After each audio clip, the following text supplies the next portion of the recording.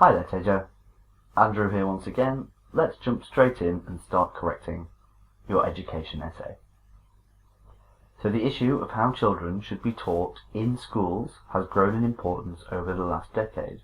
I would here use a comma and just say, and many scholars argue that a revolution is required in the field of education. So in these essays, the three things that are required in your introduction are this first sentence to discuss the contention. So if we combine that into one sentence using this comma and here, then you've got your first sentence.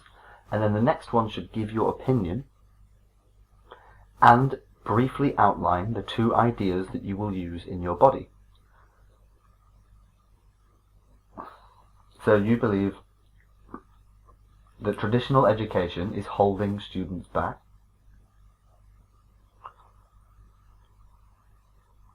and an absence of practical tasks. So you should say, personally, I believe that some changes to the current education system are required due to a lack of practical experience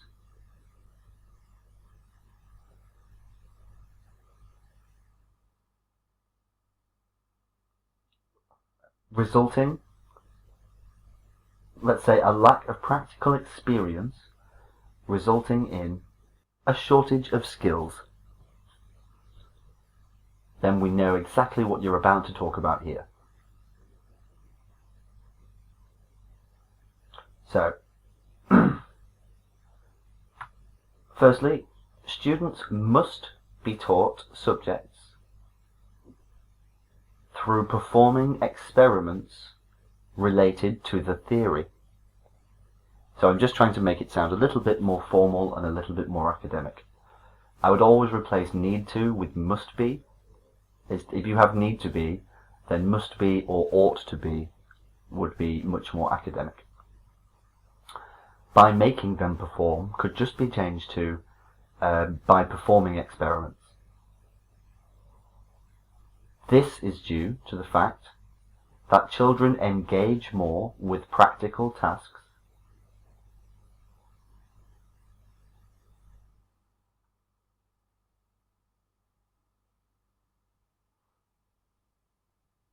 This doesn't contain any detail, and it repeats the word engagement. So what I would say is this is due to the fact that children engage more with practical tasks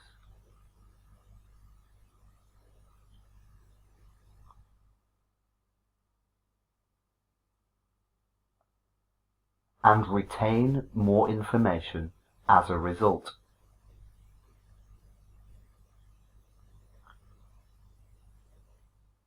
This helps to more efficiently develop or more effectively develop creative skills and cognitive abilities in children.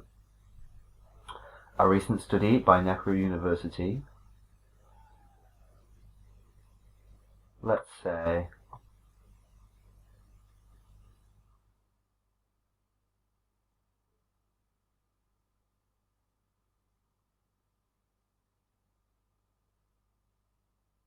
so if we're going to use an example, we need to talk about the degree to which the children performed better. So we could say,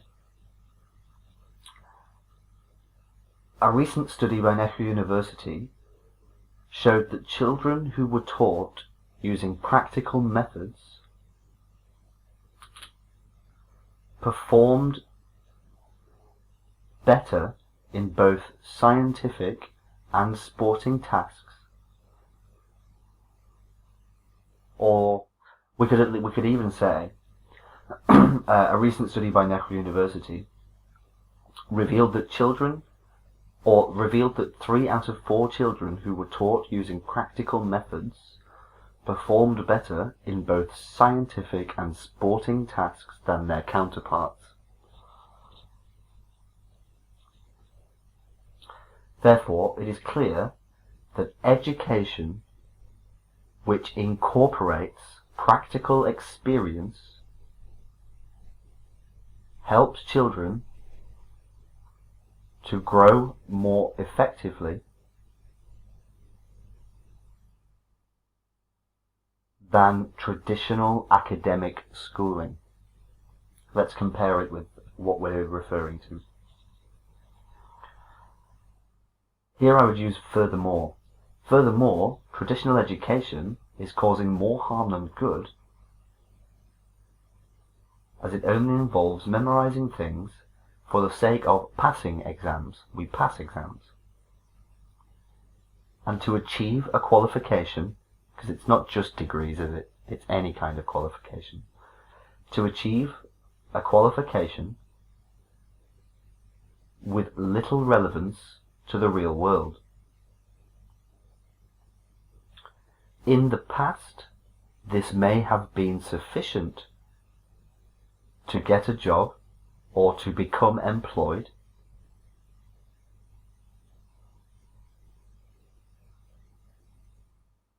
So let's say,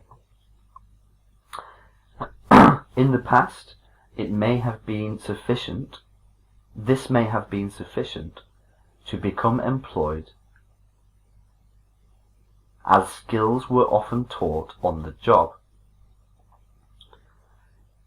However, in the modern globalized world, it is quite difficult to find a job without experience.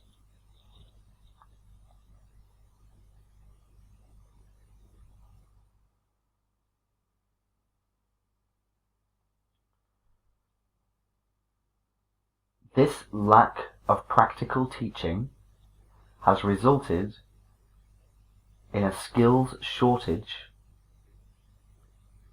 around the world.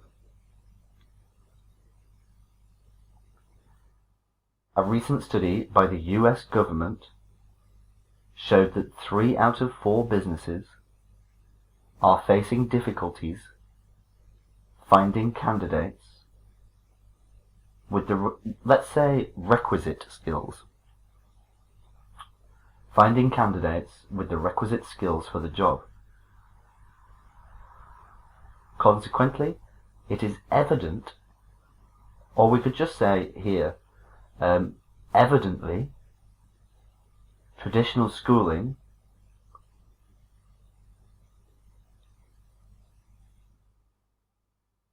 I don't like using these negative sentences, so I'm going to say instead, it is evidently clear, or evidently it is clear, that traditional schooling is stifling children's development and reducing their opportunities to succeed in life.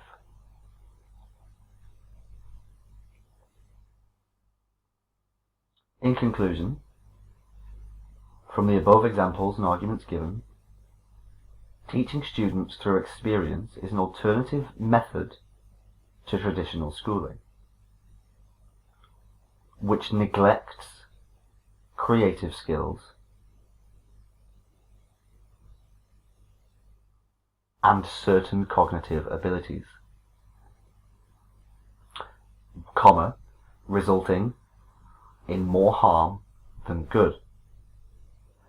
Now, one thing I would refer to in your conclusion here is the word revolution. Do you think that a complete revolution, so a revolution, you know, it's quite a dramatic term, it means a change everything. But I don't think you do support an education revolution. You support the idea that new methods should be introduced to tackle the problems that exist. So we should still talk about that statement here. We should still say, while I do not believe an education revolution is necessary, it is advisable to introduce more practical lesson plans or something along those lines. But I would definitely re-mention that the core of the question is, do you think a revolution needs to occur? And I would say, that you probably don't, but you do think some changes need to be made. But just make sure you clear that up in the conclusion. But all in all, much improved. Very good. So these are my favourites. A letter of complaint, where you get to tell people what we really think and demand things. So, dear sir or madam, I am writing to complain about the food I ate at your restaurant on June the 5th at lunch, or during the lunch service. Most restaurants have 2 services each day, lunch and dinner service. So I'm writing to complain about the food I ate at your restaurant on June 5th during lunch service. Here we should say I had heard many positive reviews about your restaurant from my friends, so we decided to try your food.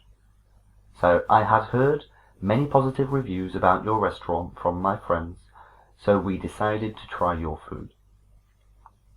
I ordered a chicken biryani from your menu, and the waiter informed me that it would take 10 minutes. I waited 20 minutes before checking again with the waiter, but did not receive a proper response. Finally, after 30 minutes, I received my order. Once I tasted the food, I discovered that the chicken was undercooked,